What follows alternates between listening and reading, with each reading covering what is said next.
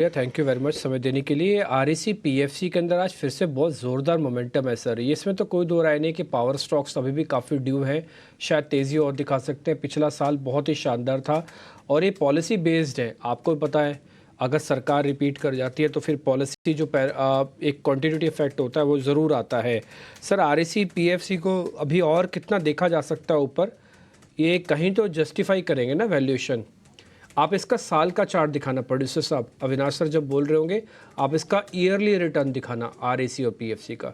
Avinash sir बताइए sir कहाँ तक जा सकते हैं और क्या जस्टिफिकेशन है वैल्यूएशन का? देखिए, पहली बात तो डिम्पी, आरएसी के जो नतीजे आ गए मेरे ख्याल से उम्मीद से बहुत बेहतर आ गए।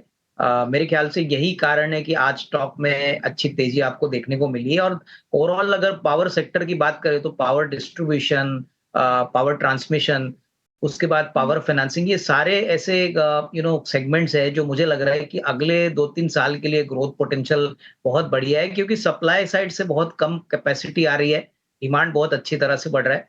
तो हमको लग रहा है कि देखिए, किसी को भी अगर पोर्टफोलियो बनाना है तो पावर डिस्ट्रीब्यूशन, पावर फाइनेंस और पावर जनरेशन, ये तीनों सेगमेंट्स में थोड़ा-थोड़ा निवेश होना चाहिए। अगर आरईसी की बात करें तो मुझे लगता है कि कम से कम 560, 565 का एक फर्स्ट टारगेट रहेगा।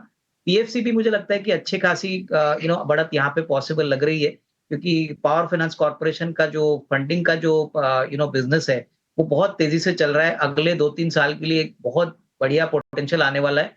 प्लस अगर नई गवर्नमेंट आती है इलेक्शन के बाद, तो बजट में पावर जनरेशन को लेके और पावर इंफ्रास्ट्रक्चर को लेके बहुत बड़े अनाउंसमेंट्स आने की उम्मीद है। तो मुझे लग रहा है कि देखिए, आरईसी में भले ही आज 8-9% स्टॉक ऊपर है, बट जिस दिन मार्केट थोड़ा करेक्ट होगा, आपने वो बहुत अच्छी तरह से डिस्क्राइब किया था कि थोड़ा बहुत मार्केट यूफोरिया के जोन में जा रहा है। तो यहाँ पे थोड़ा-सा आपको कॉशियस रहना चाहिए, बट अच्छे शेयर्स अगर आपको निचले लेवल पे मिलते हैं, तो आपका रिस्क रिवॉर्ड और भी अच्छा रहेगा। देखिए, नॉर्मली जब मार्केट 52 वीक हाई लगाता है, तभी आपको थोड़ा-सा कॉशियस होना बहुत इम्पोर्टेंट होता है, क्योंकि हमको पता नहीं है कि आने वाले महीने में, मई के महीने में इलेक्शंस बहुत पूरी तरह से हेक्टिक होंगे।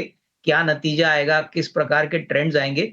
बट लग तो रहा है कि मार्केट्स बहुत बड़ी उम्मीद लगा के बैठी है कि 400 सीट्स बीजेपी जीतेगी। अगर यहाँ पे थोड़ा बहुत 19-20 होता है, तो मेरे ख्याल से हो सकता है कि आपको एक मॉडरेट करेक्शन भी देखने को मिले। तो ये आपको कंप्लीटली राइट ऑफ नहीं करना चाहिए। हालाँकि हमको लग रहा है कि डेफिनिटली नतीजे जो आएँगे वो मोर और less, I think in line with market expectation रहेंगे। लेकिन इलेक्शन में हम कुछ कह नहीं सकते, तो स्टॉक स्पेसिफिक रवैया ले लीजिए और थोड़ा-सा मेरे ख्याल से मार्जिन ऑफ सेफ्टी रखिए। जब भी आप कोई भी स्टॉक खरीदते हो, तभी उसमें मार्जिन ऑफ सेफ्टी होना बहुत ज़रूरी है। तो आरईसी में करंट लेवल पे वही खरीदें जिनको 1.5-2 साल का टाइम फ्रेम रखना है। अदरवाइज़ थोड़ा-सा करेक्शन के बाद इसको खरीदें तो मेरे ख्याल से ज़्यादा रिस्क रिवॉर्ड। ठीक है, अविनाश सर ने देखिए सारी चीज़ें आपको बता दी और वो जो इलेक्शंस वाला पॉइंट है वो भी उन्होंने अच्छे से कनेक्ट करके बता दिया। मैं एक चीज़ का ज़रूर आपको बोलूँगा, एक तो ये 400 सीटें प्लस वोटिंग परसेंटेज, तीसरा बीजेपी की इंडिविजुअल सीटें कितनी आती हैं, एनडीए की नहीं बोल रहा मैं, बीजेपी की इंडिविजुअल सीटें कितनी आती हैं। मार्केट के 3 पैरामीटर्स हैं चेक करने के, जो बाज़ार में चल रही हैं बातें, कि एक तो वोट का परसेंटेज बढ़ते रहना चाहिए, घटे नहीं। अमूमन अब तक 2 चरणों में वोट का परसेंटेज कम आया हुआ है। दूसरा पॉइंट 400 प्लस और माइनस, इसकी भी कैलकुलेशन डालेगा मार्केट। और तीसरा बीजेपी की इंडिविजुअल सीट्स कितनी आती हैं। खैर इन सब पे हम आगे भी चर्चा करेंगे। सोनी पटनायक हमारा वेट कर रही हैं।